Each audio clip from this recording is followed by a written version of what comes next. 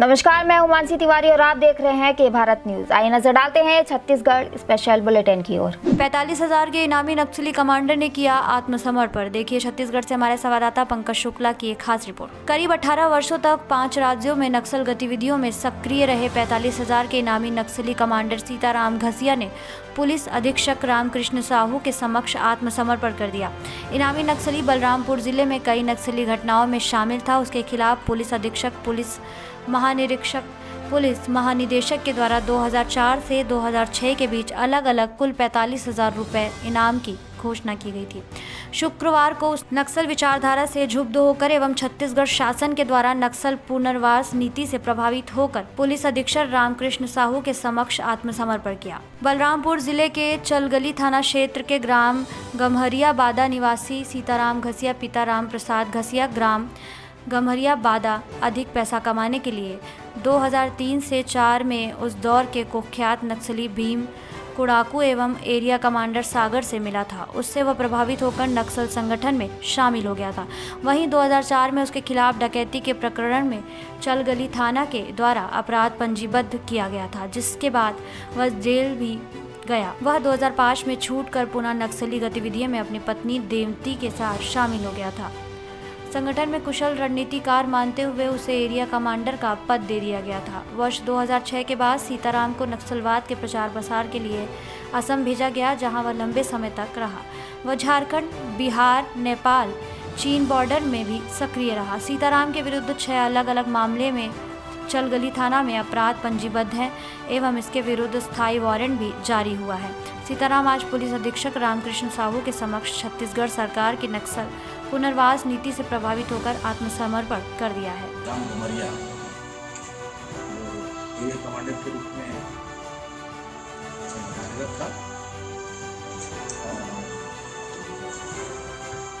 इसके बाद जो है इसके ऊपर लगभग 6 वारंट भी है हमारे पास अभी में। ये काफ़ी दिनों से जो है यहाँ बलरामपुर में नक्सली गतिविधियाँ यहाँ जब संचालित हो रही थी, उस दौरान बहुत सक्रिय जो है सभी नक्सली सदस्य के रूप में उन्होंने काम किया, एरिया कमांडर के रूप में काम किया है। शासन की विचारधारा जो मंशा है, विचारधारा है, मुख्य धारा से जुड़ने को मिला, इससे बहुत आकर्षित हुआ। अपने परिवार के सदस्यों, जनप्रतिनिधियों, पुलिस से संपर्क स्थापित करते हुए जो है इन्होंने आत्मसमर्पण किया है। यहाँ पुलिस के समक्ष यह है कि नक्सली विचारधारा का व्यक्ति यदि लोकतंत्र की मुख्य धारा से जुड़ करके काम करना चाहता है, मुख्य धारा में आना चाहता है, ये बड़ी प्रशंसक की। अंबिकापुर कला केंद्र ग्राउंड में रखी गई टेनिस बॉल प्रतियोगिता। देखिए छत्तीसगढ़ से हमारे संवाददाता पंकज शुक्ला की एक खास रिपोर्ट। अंबिकापुर कला केंद्र ग्राउंड में टेनिस बॉल क्रिकेट प्रतियोगिता रखी गई, जिसमें आज इस टूर्नामेंट का फाइनल मैच मुंबई 11 एवं मध्य प्रदेश राजनगर 11 के बीच खेला गया, जिसमें मुंबई की टीम सीमित ओवर में 98 रन ही बना पाए। जवाब में बल्लेबाजी करने उतरे मध्य प्रदेश राजनगर की टीम 1 ओवर पहले 98 रन चेस करते हुए इस फाइनल मुकाबले की मां Mahamaya national tennis ball cricket का सीरीज अपने नाम किया। वहीं विजेता टीम को 3 लाख रुपए का चेक श्री TS सिंहदेव द्वारा वितरण किया गया। स्वास्थ्य एवं पंचायत मंत्री के द्वारा उप विजेता टीम को 1,25,000 का चेक एवं ट्रॉफी वितरण किया गया। फाइनल मुकाबले में छत्तीसगढ़ के वरिष्ठ गणमान्य कांग्रेस कार्यकर्ता मौजूद रहे। जितने टूर्नामेंट हो उतना अच्छा है। दूसरा, कांग्रेस स्पोर्ट्स सेल के माध्यम से आयोजन हो रहा है, तो ये भी बड़ी खुशी की बात है कि राजनीतिक गतिविधियों में जुड़े हुए साथी खेल की तरफ भी ध्यान दे रहे हैं। तो खेल है, संस्कृति है, अन्य गतिविधियां हैं, इसमें भी ध्यान पूरा होना चाहिए और जिले स्तर पे, फिर संभाग स्तर पे और राज्य स्तर पे इसको ले जाके पहुंचाना है। तो ये बहुत अच्छी पहल है। वो उनकी प्रतिभा के ऊपर है। ये मौके हैं अपने खेल को निखारने के। एक सीमित दायरे में आप खेलते हैं तो आपको बढ़ने का मौका सीमित हो जाता है। जब बड़े दायरे में आप खेलते हैं, जिनसे रोज़ नहीं खेलते, उनके सामने खड़े होते हैं, नए प्रकार की बॉलिंग का सामना करते हैं, नए प्रकार के बैट्समैन को देखते हैं, तो एक अलग कंपटीशन के स्तर पे जाने का अवसर मिलता है। कांग्रेस स्पोर्ट्स सेल का गठन सारे खेलों को प्रमोट करने के लिए हुआ है। उसके ही अंतर्गत ये क्रिकेट टूर्नामेंट पांचों डिस्ट्रिक्ट में सिलेक्शन ट्रायल किया गया। उसके बाद जो टीम सेलेक्ट हुई है अभी अंबिकापुर आई है और ये टीम आपस में खेलेगी और योग्यता के आधार पे संभाग की टीम बनेगी और ऑनलाइन इनका स्कोरिंग भी हो रहा है। तो मेरे को लगता है बहुत पारदर्शी तरीके से सिलेक्शन मैचेस होंगे, सिलेक्शन होंगे बच्चों के। जो संभाग की टीम बनेगी वो अप्रैल माह में अंतर्राष्ट्रीय स्टेडियम में होने वाले क्रिकेट टूर्नामेंट में, डे नाइट टूर्नामेंट में भाग लेगी। भाजपा जिला अध्यक्ष बाबूलाल अग्रवाल ने मध्याह्न भोजना पर भ्रष्टाचार करने का लगाया आरोप। देखिए छत्तीसगढ़ से हमारे संवाददाता पंकज शुक्ला की एक खास रिपोर्ट। भाजपा ने कहा जिले में विभिन्न विद्यालयों में 1500 से अधिक महिलाएं स्वयं सहायता समूहों द्वारा मध्याह्न भोजन का संचालन किया जाता है, जिसमें जिले की लगभग 1500 महिलाएं रोजगार के लिए लाभान्वित हो रही थी। लेकिन कोरोना संक्रमण काल में स्कूल शिक्षा विभाग द्वारा स्कूलों में मध्याह्न भोजन संचालन का काम समूह से छीनकर बगैर किसी स्पष्ट आदेश के निजी सप्लायर को दे दिया गया, जिससे जिले की लगभग 1500 महिलाएं स्वयं सहायता समूह के हाथ से काम छीन गया है। सामग्री आपूर्तिकर्ता द्वारा अमानक स्तर का खाद्य सामग्री जिले के स्कूलों में सप्लाई किया जा रहा है, जिसकी क्वालिटी अत्यंत खराब होने के कारण वह सामग्री बच्चों के खाने योग्य नहीं है। स्कूलों में प्रदान की गई दाल व सोया बड़ी अत्यंत ही घटिया है। अचार के नाम पर बच्चों को सड़े गली मिर्च का पेस्ट बनाकर बांटा जा रहा है। समूह से काम छीनने के कारण वह सामग्री आपूर्ति को एक सप्लायर से केंद्रीकृत करने के कारण स्थानीय फूड व्यापारियों को काफ़ी नुकसान हुआ है। भाजपा जिला अध्यक्ष श्री अग्रवाल ने कहा कि इस संबंध में जिला शिक्षा अधिकारी सूरजपुर से जानकारी मांगे जाने पर उनके द्वारा पिछले 2 माह से टाल मटोल किया जा रहा है।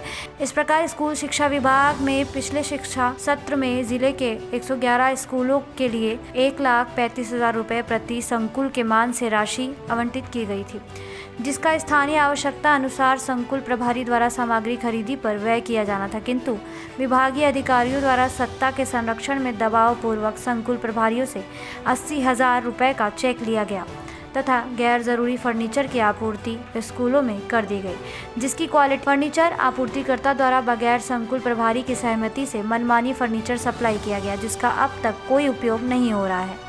इस मामले को जिला पंचायत सदस्यों द्वारा जिला पंचायत की सामान्य सभा में उठाकर मामले की निष्पक्ष जांच कर दोषियों पर उचित कार्रवाई करते हुए भुगतान पर तत्काल रोक लगाने की मांग की गई थी।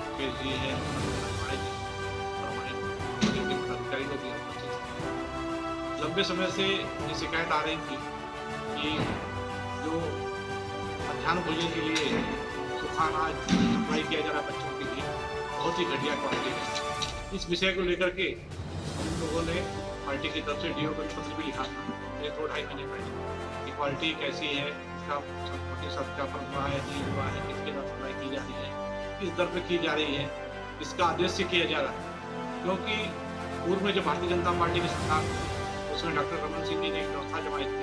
उस व्यवस्था के अनुरूप महिला समूह के माध्यम से मध्याह्न भोजन का संधारण होता था और करीब 1500 समूह, इसमें करीब लगभग 15,000 हमारी महिला बहनें महिला वर्ग को सशक्त करने के लिए और उन्हें रोजगार देने की दृष्टि से काम चालू किया गया।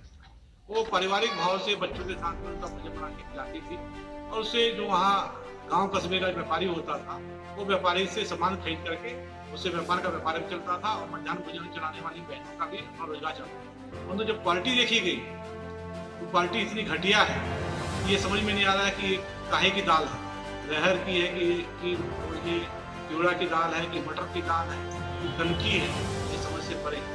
दाल को हम लोग पौष्टिक मान के खिलाते हैं, दाल पौष्टिक आहार है, तो ये कहीं से भी पौष्टिक नहीं मिल रहा है। सोया बड़ी को भी पौष्टिकता के हिसाब से बनाया गया पर सोया बड़ी में भी छेद है, वो भुना हुआ है।